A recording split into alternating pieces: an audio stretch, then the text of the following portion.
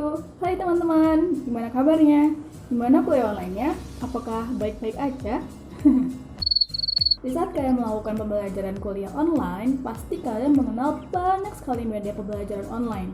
Nah, di sini kita akan membahas salah satu media pembelajaran kuliah online yang paling sering kalian gunakan menurut survei yang dilakukan oleh kami, yaitu Google Classroom. Nah, dalam video kali ini akan dibahas secara tuntas apa sih itu Google Classroom dan seberapa banyak sih yang menggunakan Google Classroom. Terus di sini kita juga akan membahas kelebihan dan kekurangan dari Google Classroom. Terus fitur-fitur apa aja sih yang ada di dalam Google Classroom dalam menunjang kegiatan pembelajaran online kita.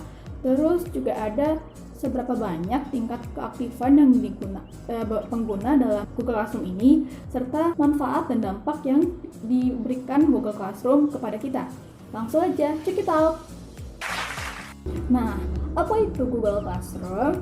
Google Classroom menurut Wikipedia adalah layanan web gratis yang dikembangkan oleh Google untuk sekolah yang bertujuan menyederhanakan, membuat, mendistribusikan, dan menilai tugas dengan cara paperless atau tanpa kertas. Ternyata dari survei yang telah dilakukan, Google Classroom memiliki tingkat pengguna yang lebih tinggi dibandingkan aplikasi pembelajaran daring lainnya. Berdasarkan survei, pengguna Google Classroom mencapai 85%, sedangkan pengguna Edmodo yaitu 0% dan juga pengguna Eldiru atau e-learning unsur sebanyak 15%.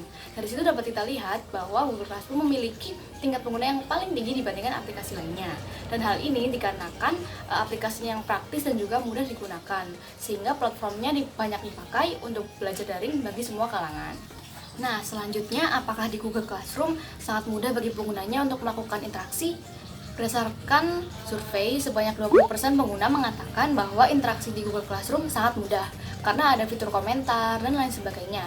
Namun, sebanyak 45% mengatakan bahwa interaksi di Google Classroom hanya sedikit karena komentar itu belum tentu bisa merepresentasikan komunikasi ya. Dan kemudian ada 35% pengguna yang mengatakan bahwa ada komunikasi, namun interaksinya hanya terbatas. Karena itu Google Classroom bisa menjadi alat untuk belajar daring, namun interaksinya hanya terbatas dan berdasarkan beberapa komentar saja. Nah, jadi Google Classroom sudah bisa menjadi aplikasi untuk belajar daring yang terdapat interaksi bagi penggunanya. Namun, tergantung dari penggunanya masing-masing, apakah interaksi tersebut dinilai mudah atau sudah cukup ataupun belum. Seperti itu, teman-teman.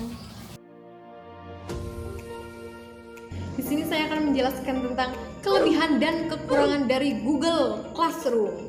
Kelebihannya yang pertama, Google Classroom ini mudah digunakan oleh siswa dan gurunya. Jadi guru cukup untuk membuat sebuah kelas sesuai mata pelajarannya, mengundang siswa dengan cara memberi password, dan siswa tersebut mencantumkan password untuk dapat join ke sebuah kelas. Kelebihannya yang kedua, yaitu pengajar dapat membuat tugas, mengirimkan, mengumumkan, serta melakukan diskusi kelas. Jadi terdapat fitur di Google Classroom ini yang memberikan kabar atau berita secara otomatis ke laman siswa dan terhubung ke Gmail. Kelebihannya yang ketiga, semua file tugas, semua file materi itu secara otomatis tersimpan di dalam folder Google Drive. Jadi kita tidak perlu khawatir kehilangan semua file-file tersebut. Kemudian kelebihannya yang keempat, yaitu Google Classroom ini terjangkau, aman, serta gratis untuk sekolah, lembaga non-profit maupun perorangan. Kemudian kelebihannya yang kelima, yaitu Google Classroom ini memiliki manajemen kelas yang rapi dibanding media sosial yang lain. Kenapa? Karena Google Classroom ini memiliki salah satu fitur yang bernama Classroom yang memisahkan antara file tugas dan file materi. Dan juga dengan Classroom ini, siswa yang ketinggalan masuk ke kelas itu tidak perlu khawatir karena menyimpan file-file terdahulu. Kemudian kita lanjut ke kekurangan dari Google Classroom. Ada 3 yang akan saya sebutkan di sini.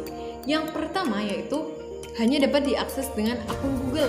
Karena kita tahu bahwa Google Classroom ini pemiliknya adalah perusahaan Google.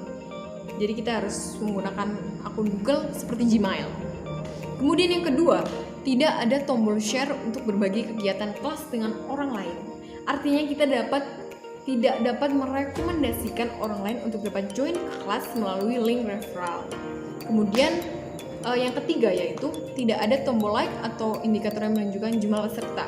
Jadi pengajar ini tidak dapat mengetahui berapa banyak siswa yang sudah membaca materi dan materi mana yang paling disukai oleh siswa tersebut.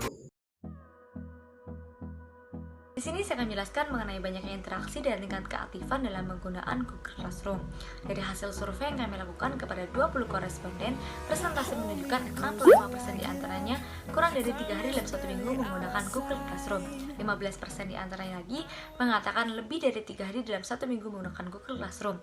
5% diantaranya mengatakan menggunakan Google Classroom dari hari Senin hingga hari Jumat secara rutin. 5% yang lainnya lagi mengatakan menggunakan Google Classroom dalam waktu seminggu sekali. Lalu 5%-nya lagi mengatakan dalam menggunakan Classroom 2 kali dalam 1 minggu. 5%-nya lagi mengatakan bahwa sudah tidak menggunakan Google Classroom sebagai platform yang ia pilih untuk e-learning. Lalu dari 6 kategori tersebut, 5 kategori di antaranya menunjukkan tingkat keaktifan yang cukup intensif dalam penggunaan Google Classroom itu sendiri. Ya, kita sampai pada pembahasan Google Classroom yang terakhir, yakni mengenai manfaat dan juga dampaknya. Yakni yang pertama ada pengerjaan tugas lebih teratur. Kenapa? Melalui notifikasi tadi, kita dipermudah dan kita diberitahu mengenai tugas apa yang perlu kita kerjakan dan kapan deadline dari tugas tersebut. Yang kedua ada kemudahan dalam mengakses materi. Pada kuliah offline biasanya kita cukup sulit mengakses materi dari dosen karena banyak alasan, malulah minta, dan inilah, itulah. Nah, dengan menggunakan Google Classroom ini, kita mudah untuk mengakses materi karena dosen sudah memberikan materi langsung di Google Classroom. Yang ketiga, ada transparansi nilai. Nah, transparansi nilai ini tuh kayak tadi, kita kan kadang diberi nilai ya atas tugas kita, sehingga kita bisa memprediksi berapa nilai total dari pengerjaan tugas kita. Dampak dari penggunaan Google Classroom lainnya adalah minimnya interaksi antara murid dan juga guru. Nah, karena di Google Classroom ini hanya memungkinkan kita sebagai siswa untuk memberikan komentar atau juga mengunggah tugas atau memberikan komentar pada grup. Di sini sangat minim interaksi antara dosen dan juga mahasiswa. Minim interaksi ini dapat mengakibatkan siswa lebih pasif. Kenapa? Karena jika kita interaksi, maka kita malas untuk lebih berinteraksi lagi dengan guru, apalagi hanya melakukan. Nah, yang terakhir ada materi kurang dipahami. Karena penggunaan Google Classroom ini, para mahasiswa ataupun siswa melakukan pembelajaran secara otodidak bila tidak didukung dengan menggunakan video conference, maka para siswa kurang memahami materi. Karena biasanya kita melakukan kuliah secara offline, di mana dosen dan guru menjelaskan materi secara langsung. Tapi yang ini kita harus belajar sendiri.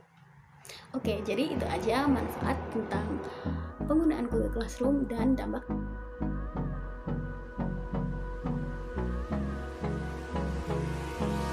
Hold me close till I get up. Time is barely on our side.